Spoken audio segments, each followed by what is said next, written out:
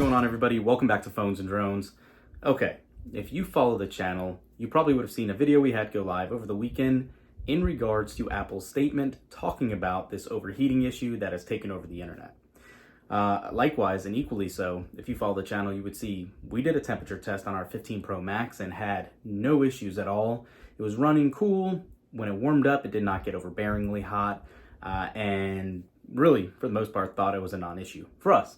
Obviously, so many people have been calling out and saying, fire. So there's clearly something wrong. Apple has addressed it, released that statement, and unfortunately what we thought, which regardless of what Apple says or not, we think that it's simply going to be that they're going to underclock the chip or under throttle it at this point to help with the issue. But in typical Apple fashion, they said this has to do with third-party apps, looking at you, Instagram, and some other ones specifically that they're going to partner with the developers on to improve what it's doing in the background to the iPhone 15 series. So yes, we think this is going to throttle the chipset. It might not be the case.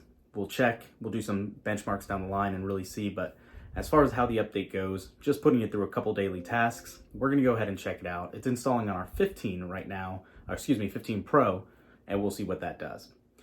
Speaking about the iPhone 15, this is released for that as well. So let's see, for anybody else running the iPhone 15, not the Pro models, let us know if you're experiencing any overheating issues or if this is simply due to the titanium builds here causing issues. Apple said it has nothing to do with the titanium, but we'll see. Let's go ahead and check it out. Okay, so as you guys can see here, just finished updating iOS 17 to 0.3.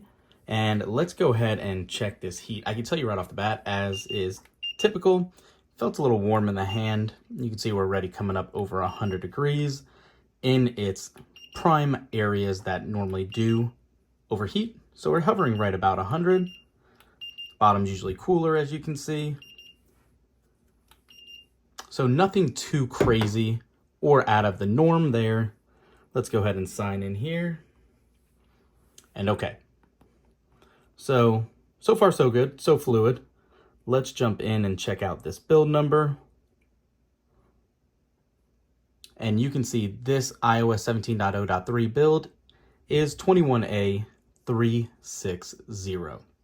So, as you can see, it says this update provides important bug fixes, security updates, and addresses an issue that may cause iPhones to run warmer than expected. So this is basically just in regards to the overheating issue that a lot of people have complained about. The actual update itself was only about 423 megabytes on this on this iPhone 15 Pro. So did download pretty quick. It installed very fast as well. Let's go ahead and jump in and just take some photos here. Record a video really quick, just to see if anything comes up. And obviously this isn't going to be fully end all be all for this, but it should help people that are going to do normal day-to-day tasks on here to know what exactly to expect. Let's just go ahead and open the App Store. Let's go in and even try to just look around, see if there's any updates. Let's update that. Search for Chrome.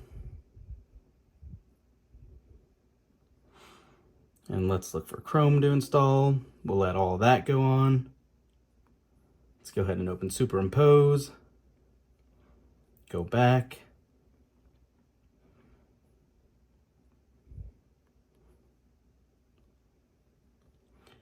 There's Chrome.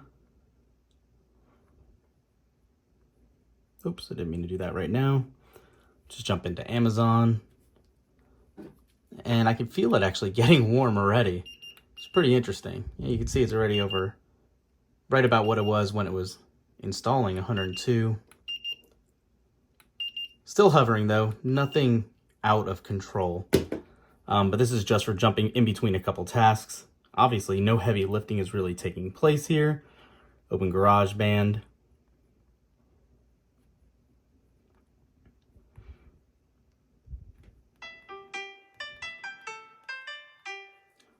So everything seems to be running pretty quick as you would expect, which is definitely nice to see.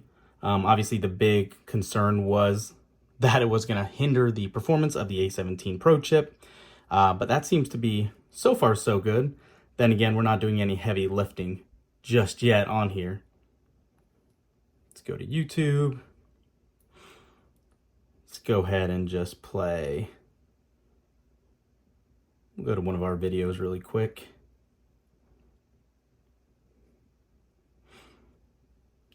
Turn this down. There we go. Not sure why it's going to the island only instead of giving us a picture-in-picture display, but we'll run that. Check on it again really quick. And you can see it's cooled off a little bit. Still kind of warm up in the top corner. Oh yeah. But the actual frame is not that bad at all. I definitely think it's bearable and definitely easily usable for that matter also. Again, these are not going to be very definitive tests at all since we're doing this very quickly, but